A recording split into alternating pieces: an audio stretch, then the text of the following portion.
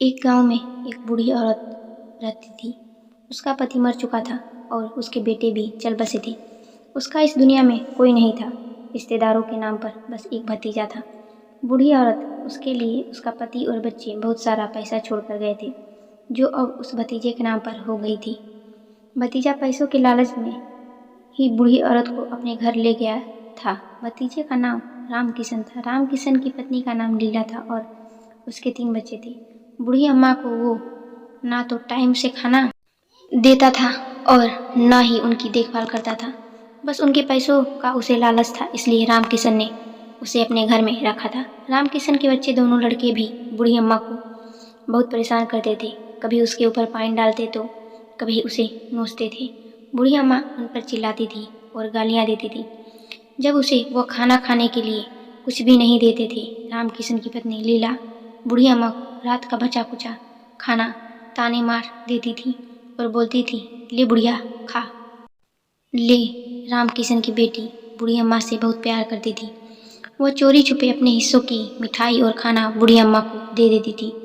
राम किशन के बड़े बेटे की सगाई थी। औरतें अंदर नाच रही थी, गा रही थी और ढोल बजे बाज रहे थे। पूड़ियाँ बन रही थी और सब्जियों के बनने की खुशबू आ रही थी। बूढ़ी अम्मा सोच रही थी कि पता नहीं कब मुझे खाना देंगे। बूढ़ी अम्मा राम किशन की पत्नी के डर से बाहर नहीं निकली। वह अपने कोठी में ही बैठी बैठी खाने के लिए देख रही थी, क्योंकि उसने 2 दिन से कुछ नहीं खाया था। वह सोचती कि मुझे तो ये लोग रोटी भी नहीं देते, फिर इतनी बढ़िया बढ़िया पूड़ियाँ क्या देंगे। बूढ़ी अम्मा को भी बनी पूड़ियाँ की खुशबू आ रही थी। उसने सोचा कि फूल के पास जाकर उसकी महक और भी अच्छी लगती है, क्यों ना मैं हलवाई से 2 पूड़ियाँ मांग लूँ। फिर वह पैरों के बल सरकती हलवाई के पास बोली और वहाँ जाकर ऐसे देखने लगी जैसे भूखा की तरह दिखता है। बूढ़ी अम्मा हलवाई से कुछ कहने ही वाली थी कि उसने देखा राम किशन की पत्नी लीला कभी इधर जाती, कभी उधर जाती, कभी हलवाई के पास आती, कभी कहीं और बोलती, खाना बना है या नहीं। सब खाने का इंतजार कर रहे हैं। इतने में ही उसने बूढ़ी काकी को वहाँ देखा। वह ऐसे झपटी जैसे सांप नेवले पर झपटता है और उसका हाथ पकड़कर अंदर ले गई और बोली, तुम्हारा पेट है या कोठरी अच्छे से बैठा नहीं जाता कोठरी में? अभी तक भगवान का भोग भी नहीं लगा और मेहमानों ने खाना भी नहीं खाया और तुम खाने के लिए बाहर कैसे आई? बूढ़ी अम्मा ना कुछ बोली ना रोई, चुपचाप खिसकती हुई अपनी कोठरी में चली गई। भोजन तैयार हो गया। सब मेहमान खाने लगे, कुछ अंदर कुछ बाहर। बूढ़ी अम्मा अपनी कोठरी में चली गई। बोली, मैं बाहर क्यों गई थी? मैंने बेकार में उसे गुस्सा दिला दिया। अब वह मुझे खाना भी नहीं देगी। उसके पेट में वह पूरियाँ की खुशबू बार बार आ रही थी। वह सोच रही थी कि अब मैं प्लेट लग गई होगी, अब मेहमान खाना खाने लग गए होंगे, अब तिलक की रस्म शुरू हो गई होगी। बूढ़ी अम्मा ने सोचा, अब बाहर जाकर देखती हूँ, अब तो सब काम करके चले गए होंगे। उससे रहा नहीं गया और वैसे दोबारा सरकती हुई बाहर आ गई।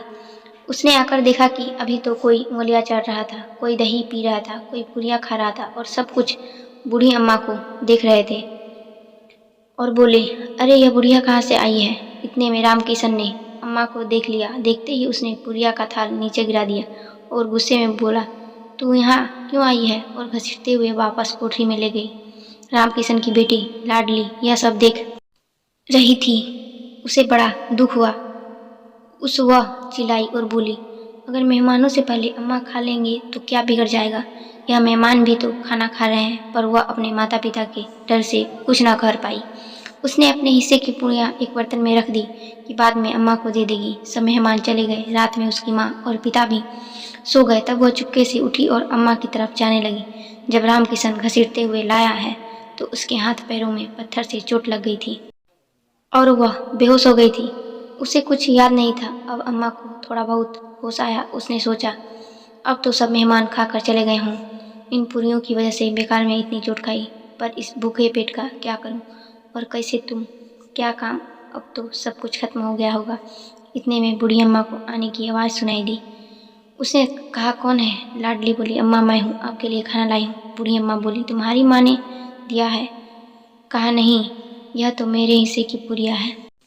खाकर और भूख लगने लगी बोली, और ले आओ। लाडली ने कहा, अब तो अम्मा मुझे मारेगी। अम्मा ने कहा, तो मुझे वहाँ ले जाओ जहाँ सब मेहमान ने खाना खाया था। लाडली अम्मा को वहाँ ले गई। वहाँ अम्मा और जूठे बर्तनों में पूड़ियाँ उठाकर थोड़ी बहुत खाने लगी और बची सब्जी चाटने लगी। अम्मा सोच रही थी कि मैं यह सब क्या कर रही हूँ। अगर आज इन लोगों ने मुझे खाना दे दिया होता तो शायद जूठे बर्तन न चाटने होते। इतने में पत्नी लीला की आँख खुल गई। उसने देखा कि उसकी बेटी लाडली वहाँ नहीं है। उसने इधर उधर देखा, फिर देखा कि लाडली जूठे बर्तन के पास खड़ी है। वहाँ जाकर उसने देखा कि अम्मा जूठे बर्तन चाट रही है।